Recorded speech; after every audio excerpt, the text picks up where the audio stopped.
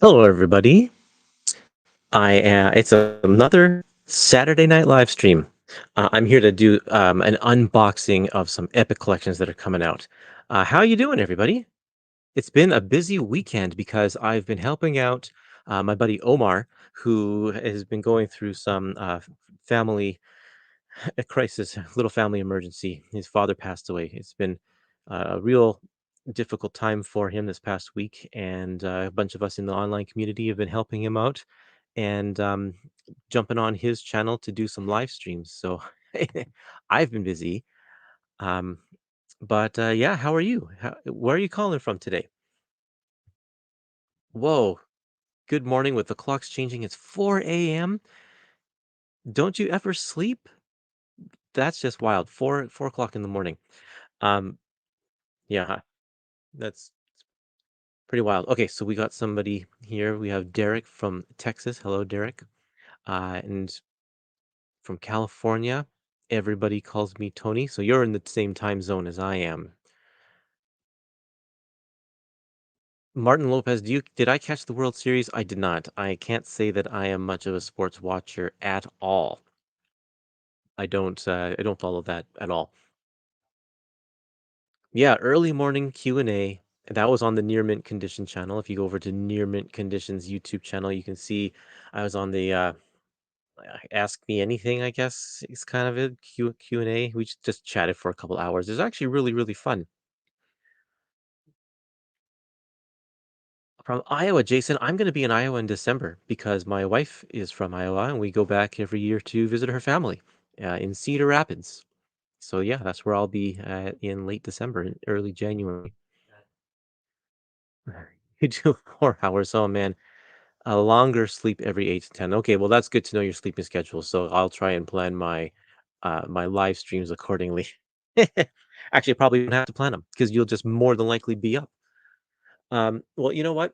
I'm just gonna jump right into the boxes. I've got a couple of different boxes here today, and we're going to take a look and see what is inside.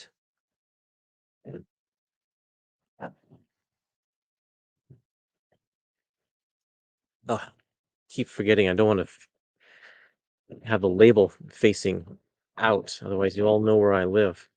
I can't have that. Okay, what is in here today? Okay. I think fans of classic Marvel will be interested in this one because it is Thor, Thor: The Eternals Saga, and this is volume 10. And this is an important one because it bridges a gap between the already released volumes 11 and 12, giving us an unbroken run of Thor from volumes 1 to 12, which is called RuneQuest. Um, then we have a 3 volume gap, 13, 14, and 15, and that is the Walter Simonson era. So we're just missing the Walter Simonson era because then we picks up immediately after that with volume 16, and we have everything to volume 25, which is the Dark Gods. And that's the post or the stuff that came out during Heroes Reborn. Here's a little look there at the back. Thor versus the Eternals as the Celestials come to judge man and God. So when the Eternals movie came out, there was a big fat collection called Thor and the Eternals that collected I don't know if it was all of this material or most of it, but it was this main story. Um, and so yeah, you can take a look in here. First, with another stealth live stream. That's the only way I do them. I never schedule them in advance. And if you are fortunate enough to get that notification and be free, you can watch along with me. Otherwise, yeah. So this is Roy Thomas, Mark Grunwald. Uh, let's see, Mark Grunwald and Ralph Macchio doing this issue with Keith Pollard and Pablo Marcos on inks. That's actually really cool. I really like Pablo Marcos. Uh, wow, he does a really nice job on that.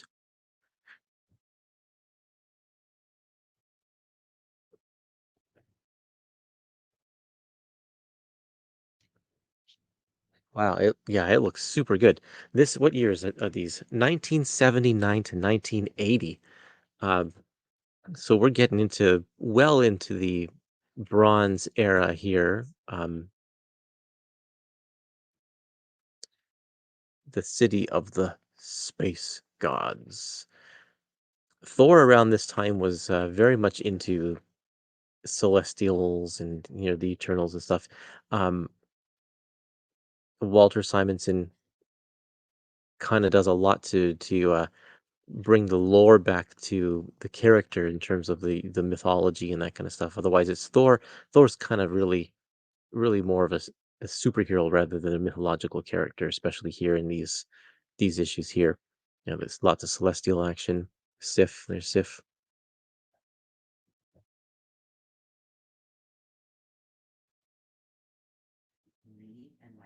Odin, Odin and Zeus side by side against the Eternals and Thor. There is a great spread right there. What a great battle. All of the classic Eternals characters from Kirby's Run, all in one spot. Um, including, man, I can't remember this character's name. What is this big red guy? He was a deviant, I believe, right? What was his name? I can't remember. But he joined the Eternals after he was, or was he? I can't remember his story now. Was he an Eternal that was just ugly? I know there was a deviant that was beautiful, and therefore he was an outcast. And I think that big red guy was his. But it's been a long time since I've read those Eternals issues.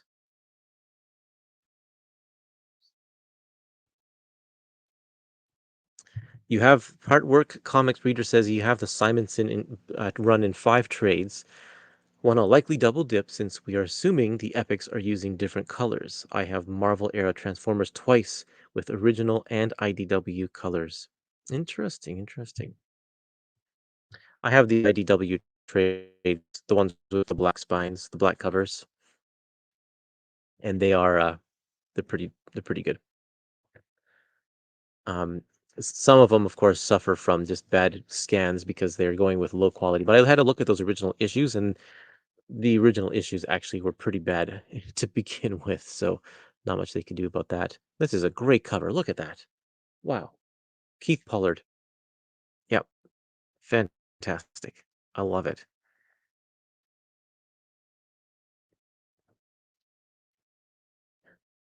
The era after this, which is the Kingdom, what is it? Kingdom Lost, and where's Thor's table of contents here? Yeah, Kingdom Lost and Rune Quest are not that great. The content is not that great, especially what comes before it and especially what comes after it. That little run sandwiched right in the middle there, it's not the best, but this stuff is a lot of fun. And boy, it's so bold and colorful and dynamic. That's a lot of panels on one page there, even unusual for this era. Really nice long panel right up there with all of the gods. Yeah, there's some really nice stuff in this volume. Oh boy. Doesn't get much bigger than this, people. The assembled fourth celestial host. Unfortunately, Erisham gets a little caught lost in the gutter there. That's a little unfortunate. But he sticks his arms out so you can still know what his judgment is, even if you can't see his face. Not that you can see any celestials' faces. Like, wow. There you go. Really, really nice. Okay. Who has read this material? Have you read it? Do you enjoy it? That horse looks mighty familiar. Why would people need a giant wooden horse? Oh, we have one letter page because it's an editorial from Roy Thomas. And Ricardo Villamonte is a name I don't recognize. Looks nice though. And then we have some calendar pages. A lot of the Epic collections being released right now are getting calendar pages because they're all during the same years. 1976, 1977. I love these calendars. Really great images. There's another letter page with an editorial, house ad, some more house ads. Not much in the way of extras. No bonus, no original art for this one here.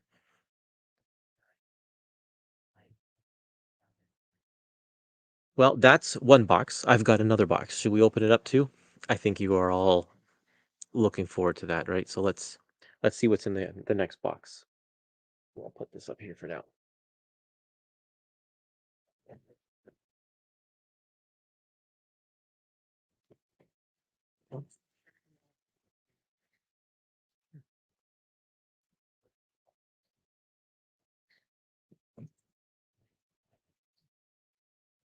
What do we have today? Let's have a look here. Two in this box. Ooh, here's one I'm really looking forward to actually. Silver Surfer, the Herald Ordeal. This one I've been looking forward to because I actually really like this era of Silver Surfer. It's the end of Jim Starlin and the beginning of Ron Mars. Actually, it's kind of the middle of Ron Mars. Starlin does get a cover credit, but what does he do in it? Um, Not sure. So we'll find out. Oh, this is what he does. He does this graphic novel, Silver Surfer Homecoming. Oh, you want to see the back cover? Here we go. This is volume 8. Again, filling a gap because we already had volume 9, which is called Resurrection, and we had volume 7 before this, the Infinity Gauntlet. So this gives us a straight run of Silver Surfer from volume 3 to volume 9, with, of course, volume 2 is missing, the John Buscema run, and then after this is um, volumes 10 and 11 are also missing, but then we have already volume 12 announced coming out next year called Into the Void. There's the spine. You get a nice Ron Lim Silver Surfer right on the spine there. Ron Lim does a lot of the artwork in this book here. Here we go. The big story in this one's called The Herald Ordeal, and that's going to take up the last 6 issues in this collection. It doesn't look like much in the collection because we get a big um, we have a big graphic novel at the beginning that is 60 pages or so. And then we have an annual crossover that's going to take up a Hulk annual, Submariner annual, and a Namor annual, and a Doctor Strange annual. That's going to take up most of our first half of the book here. So this is Jim Starlin with Bill Reinhold doing the art. And it has this great kind of Jim Starlinish feel to it, doesn't it? I think so, at least. Um, I've never even looked inside this graphic novel before, so that's kind of neat to see. I don't know anything about it, except there's Moondragon, and he's going to battle a giant floating brain.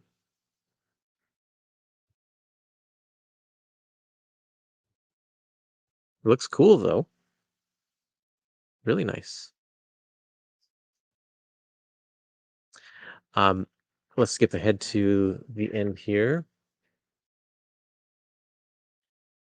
The Return of the Defenders, and I believe that this series is already collected in full, I think, in a Doctor Strange. No, in the Hulk Epic Collection. Whichever one came, let me just check because that's a lot of double dipping here. Hulk in Hulk 19, Ghost of the Past. It has Hulk, Namor, Doctor Strange. Yeah, it has all the same annuals. So it's a big double dip. All four of those annuals are also in this collection. And that is a good chunk. One, two, except this one have the Silver Surfer backup stories.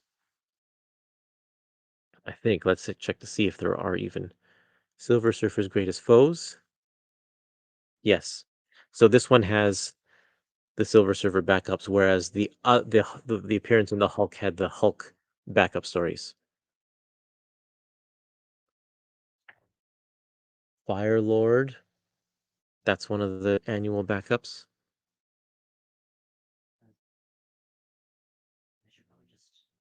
and a nice pinup gallery. Oh, too shiny, you can't see his face. Honest, he does have a face on there. Looks like John Buscema though, to me.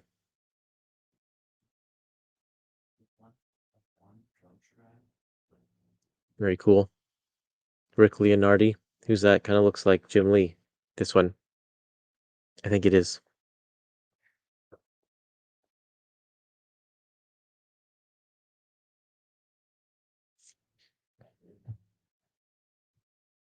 But each one doesn't contain the other title's backup. Not a huge overlap, like 36 pages. It's more than that. Let's have a look here. We're going from page 70 to page 216. And you can subtract 16-ish pages for the Silver Surfer backup. So you're still looking at like 130 pages of double dipping. That's it's more than you think. So yeah, that story isn't that great. The Return of the Defenders. It's actually when I read it in the Hulk Epic collection, it's kind of a drag. Uh, but once you get out of that into the Silver Surfer issues, they're really good. And what I like about this one is that Nova is here. We spent a lot of time with Nova, the new that she's the most recent Herald of Galactus, and we're going to see kind of a little reunion of all the former heralds in the Herald Ordeal story. Um, like Morg, this is his new. This is the new herald. I think this is his first appearance right here in this story. Um, but yeah, the creation of Ron Mars for this story right here, and this is really good too. This is where we see Nebula's return after the events of Infinity Gauntlet, when she kind of gets melted and burned and stuff like that, and she comes back half android. And so this is what the Guardians of the Galaxy movies have kind of based her character on, this look that Ron Mars brought into this story here. There's some nice Ron Lim art there.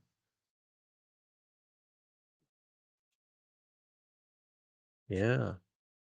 I love Silver Surfer this era. It's so much fun. There is just a I don't usually go for Cosmic Marvel. It's not usually the first thing I check out when I pull something off my shelf. But there's just something about this era of Silver Surfer that I absolutely love. Um, I do like his character a lot, and the stuff that Steve Englehart was doing in the early '80s up until this stuff here, which is 1991 and 1992. Even up until I also read Inner Demons. That was a fantastic volume too. So, like, the people who they've had writing Silver Surfer over the years have been quite good. There's been some top talent putting out quality stuff on that title. So yeah, you read The Return of Tony Stark last week. No more Iron Man epics in the stack of good intentions. Time to buy more Iron Man. The stack of good intentions. I love that. I've been looking to get Fantastic Four epic collections from volume 20 onwards, and noticed that volume 25 had one printing back in 2015. Is it similar to the prior volumes build quality and paper stock? Volume 25 is Strange Days, and yes, it's that's one of the first epic Fantastic Four epic collections. So it has like the old school stock that they were using, printed by R.R. Donnelly, which later um, became LLSC Communications. and it's a little thicker, a little coarser, a little prone to yellowing, um, and but it's good stuff. I like the feel of it. And I like the texture of it even a little bit more than the paper that they use now. But it's a good, solid book, excellent build quality. You'd have nothing wrong with that one. Okay, one more book to show you.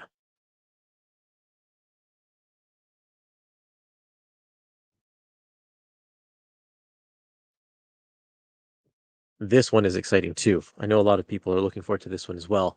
This is Excalibur, Days of Future Yet to Come. This is the second half of Alan Davis's run. I think the second half is just the last bit because they couldn't fit it all in one volume. And so Scott Lobdell takes over after this. Here's a look at the back cover.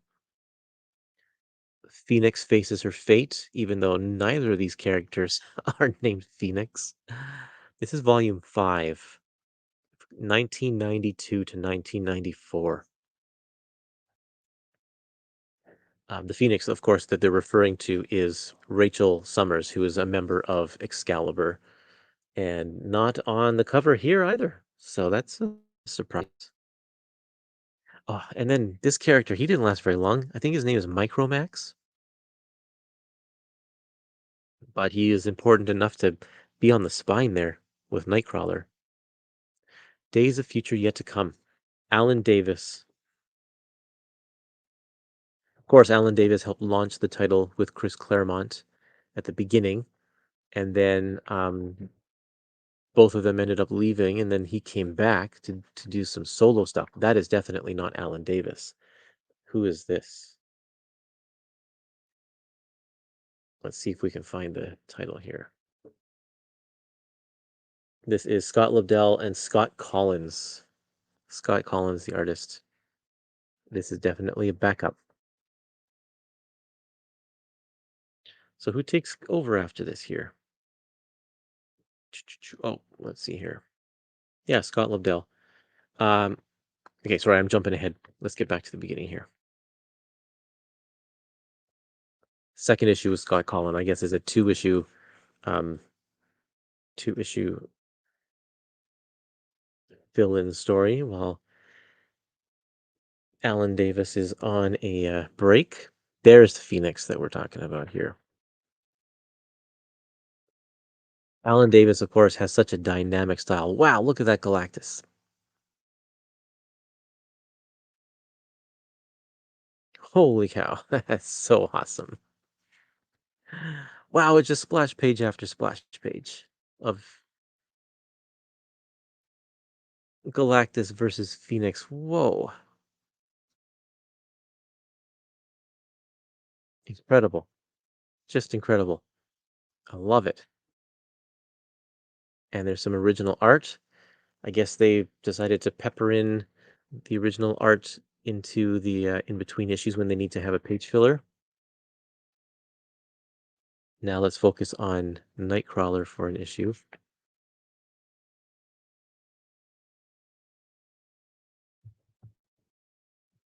Alan Davis' return was a great time in the title's run. Yes, it was.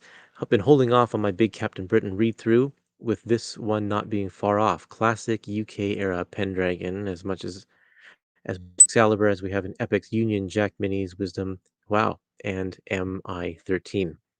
Yeah, I wish we'd get a really good comprehensive collection of Captain Britain in Epic collections. I bought those Panini trades, and that stuff is so much fun. Great era. Let's skip ahead a little bit. Kylun, another new character, I think introduced in the here. No, not introduced in this issue. He was in the last volume.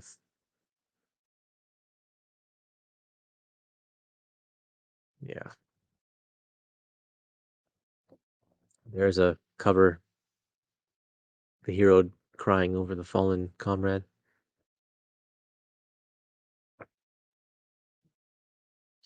A lot of talking, which is actually kind of normal for Excalibur. Mr. Mold, that's awesome.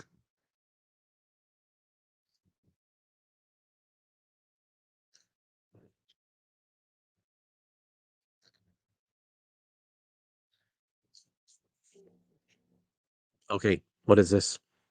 An annual. It says at the top here, annual 1 occurs between pages 12 and 13 of Excalibur 66, after Phoenix's return to Earth, but before the team travels to the future. You have to, very important note in there that you have to put in. Total chaos. So I believe, let's see here, Evan Skolnick and Chris Marinin, both of those guys worked on Excalibur for a little bit, I think, right?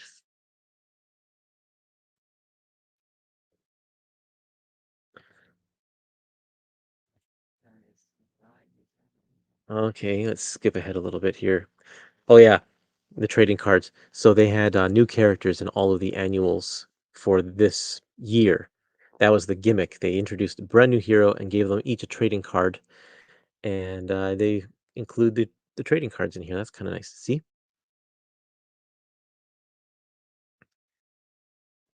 And then we're back to more Alan Davis. Guest starring the Starjammers in this one. That's good. Whoa, this does not look like Alan. Oh, some of it looks like Alan Davis. Different inker. Let's check. Oh, Steve Buccellato on pencils. That's interesting because he's a colorist. He's the colorist on Generation X. I did know that he did some art, but I'd never seen his penciling before. He's definitely trying to mimic Alan Davis the best he can in this. Very interesting. Let's skip ahead a little bit again. Um,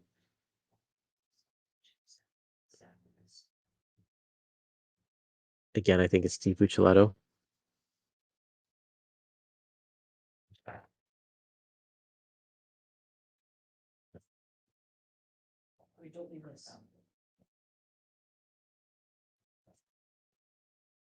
Maybe that was the end of. Maybe we're past Alan Davis's. Oh yeah, we are past. Then we get to Fatal Attractions, the Excalibur issue, which is nice because we recently got. Maybe it's not that recent anymore.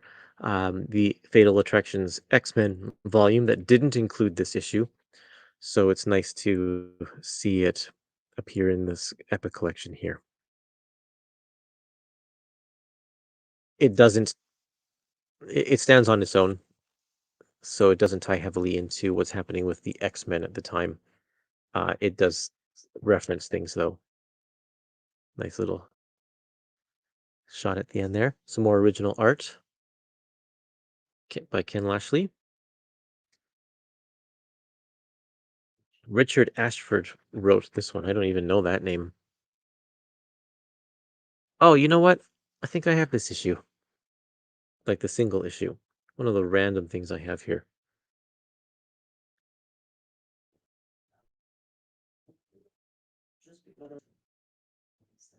Yeah, it doesn't look too bad actually. This issue here. And then Sienna Blaze, I think. Let's see here, and then Sinister Matrix.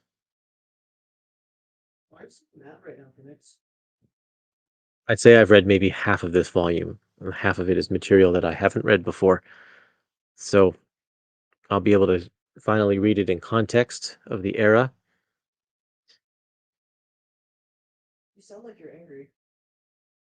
I recognize this cover. I think it was shiny. Oh, yes, issue 75. It was definitely shiny because this is the era of shiny Marvel covers, holograms, and chromium and whatnot.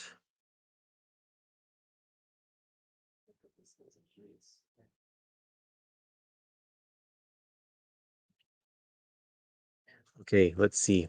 Oh, yeah, some nice splash pages again. Lots of splash pages in this volume. Oh, yeah, that's right. Remember when this happened?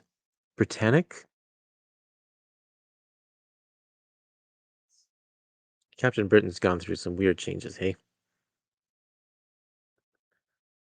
A lot of black in this one here. That's kind of cool. So, bonus features. We have a Marvel Age article talking about the post Alan Davis era.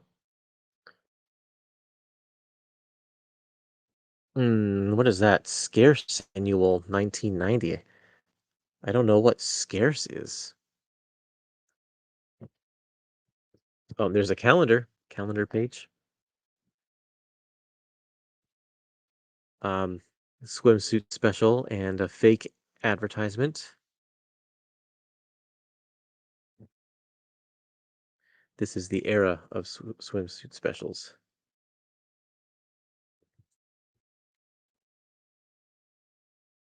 More pinups. These are, I think, maybe back covers. Oh no, yeah, Marvel Holiday Special pinup, Excalibur Marvel press poster by Alan Davis and Mark Farmer. I've never seen that before. That's neat.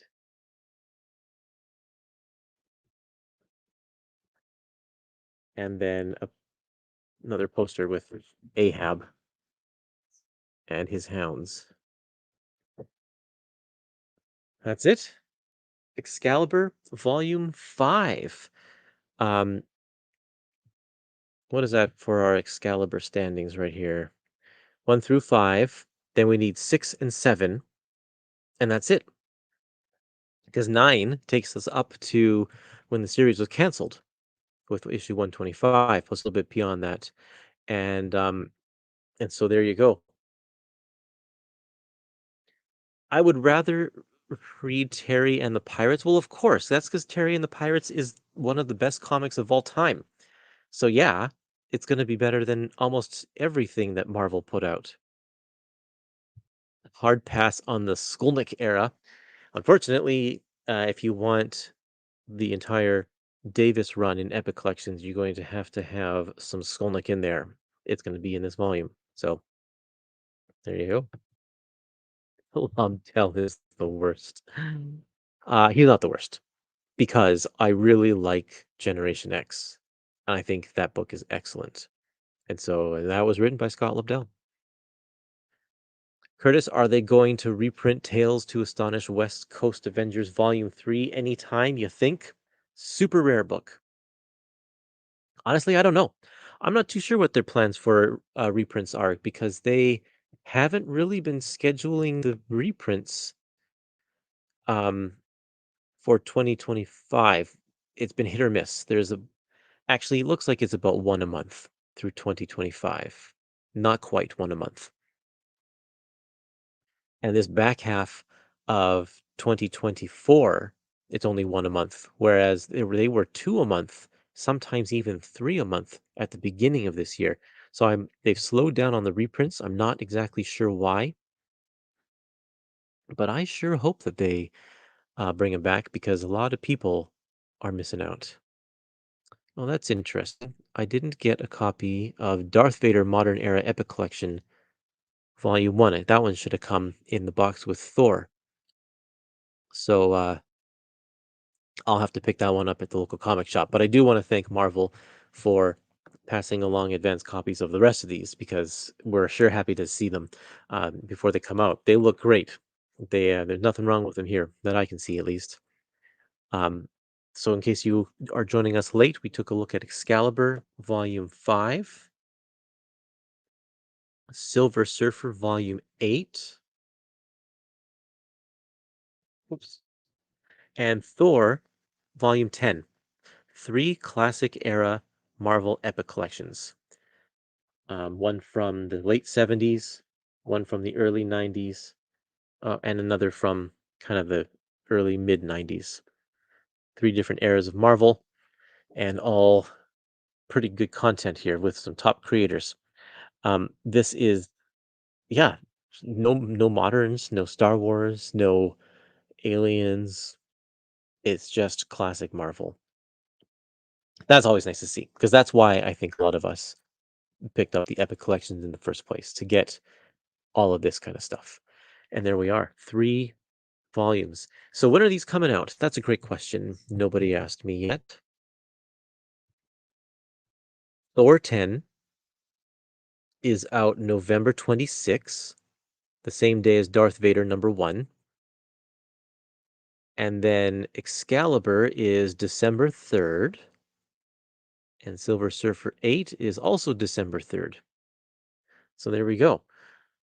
Last week in November, first week of December. And then looking to the future here, we should be seeing another Hawkeye volume, New Avengers, and X-Men 10 in a couple weeks. That I'm really looking forward to X-Men 10. That should be really great. Oh, a lot of reading to do, especially considering that DC Finest is starting up in November in a couple of weeks as well. I've got my first month pre-ordered. I'll be pre-ordering the second month pretty soon as well. Are you picking up any of the DC Finest? I sure hope that you'll that you'll consider lending your support to that, because the more people who are jumping on board early, it will show DC that it's worthwhile to keep on going. And you know how DC likes to pull the plug on things prematurely.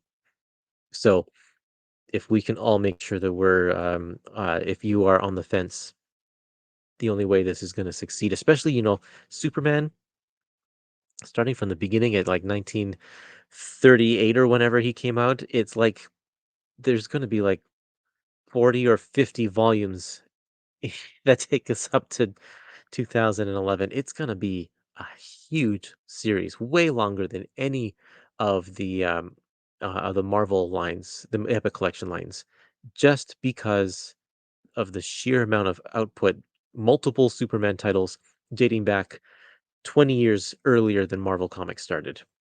So, yeah. Okay,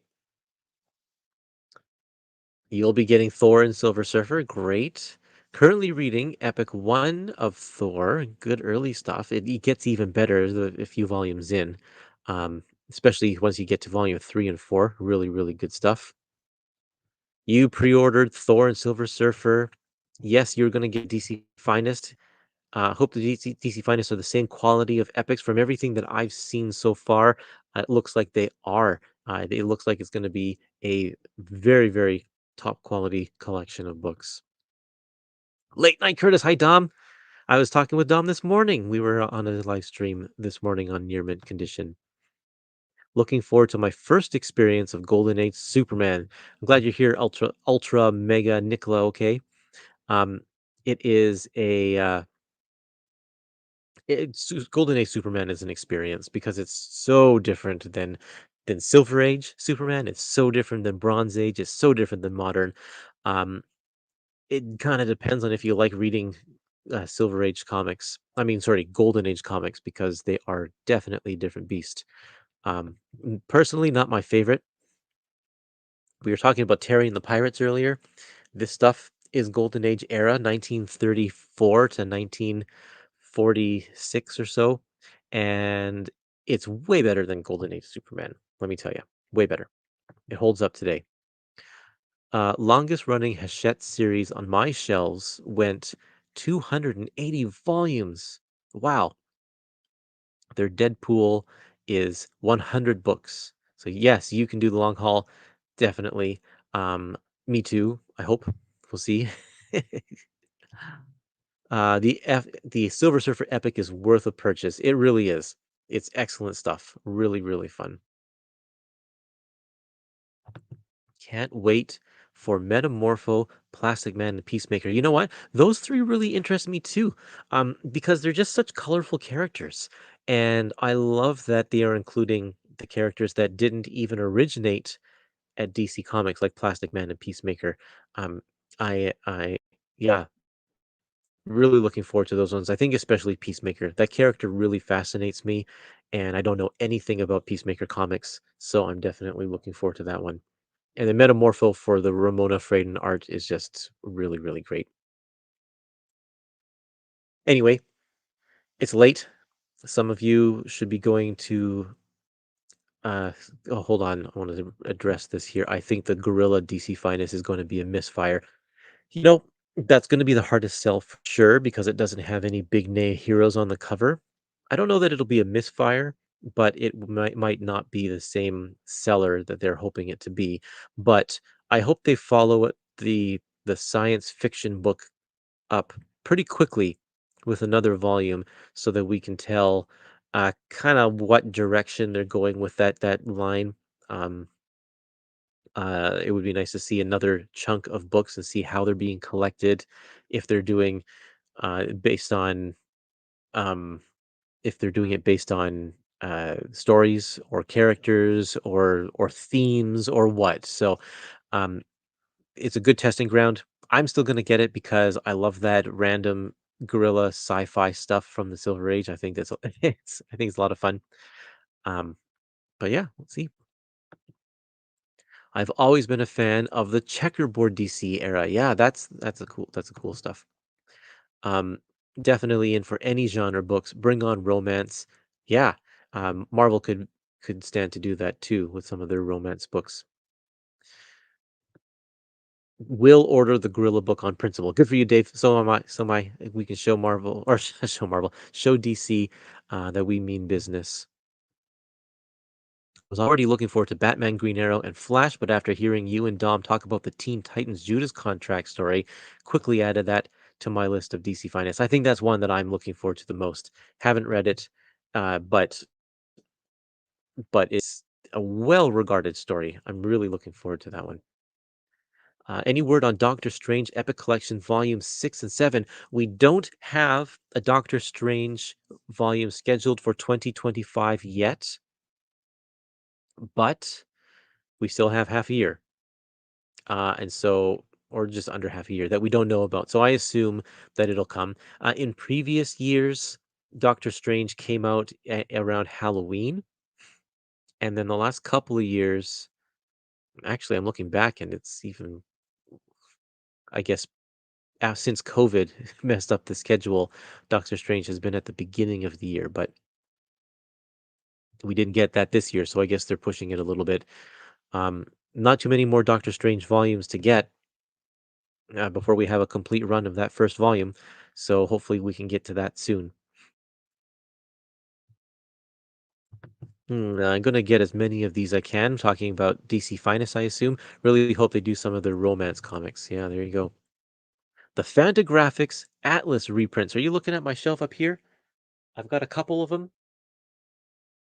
Let's see if I can pull it out easily. Yeah, if you like Golden Age comics, you might want to check this out. Fantagraphics has licensed these comics from. This is all of the non-superhero stuff that they've been doing um, based on title. And so they did one volume of Adventures into Terror, collecting the first few issues of that run, and then this is Venus, and it says volume 2 on it. It's collecting the last half of the Venus comics. The first half were collected in Marvel Masterworks many years ago, and so they're taking this opportunity to get the issues that have never been collected before, which is very, very cool. But yeah, restored from not remastered like Epic Collections or more Masterworks, just restored from scanned comics, which actually looks really nice. They have a nice kind of a rough texture matte paper, so it gives it a good comic feel. Look how many words are on these pages. It's just unreal. But these are fun, short stories. And the Venus volume is a mixture of romance and sci-fi adventures that I think people will really get a kick out of. Fantagraphics puts up quality products. I think there's two more volumes that have come out since then, but I haven't got them yet. Um, yeah, probably should pick them up at some point. Sounds weird, but I think the Epic collections, though unintentionally, might have set the stage for DC Finest to succeed by creating a bigger want for a DC counterpart. Yeah, I think that's very, very possible. Um, DC was smart to jump on that bandwagon. I think there's a couple of Doctor Strange in among the good intentions. Need to get through life is the good intentions is his reading pile. Need to get through Life is Strange before T-Bubs, since I'll be chatting with the writer. Oh, kind of cool. That's great. Life is Strange. Cool. You bought the Venus Marvel Masterworks. That's good. Well, you should follow it up and get the rest of the series. Although it's very, very different because the first half of the series is all romance and stuff, and this one goes more to like outer space sci-fi and sometimes a little bit of horror. But it's fun, fun stuff. Anyway, I said we were gonna cut it short there, but you got me talking for another 10 minutes. So good on you, everybody. This is a late night Saturday live stream looking at some epic collections. One more look at these covers, and then we should wrap it up. Thor, the Eternal Saga, Silver Surfer, the Herald Ordeal, and Excalibur, Days of Futures Yet to Come. Thanks everybody for watching my live stream. It's been a blast hanging out with you on a Saturday night, and I hope you have a great rest of your weekend.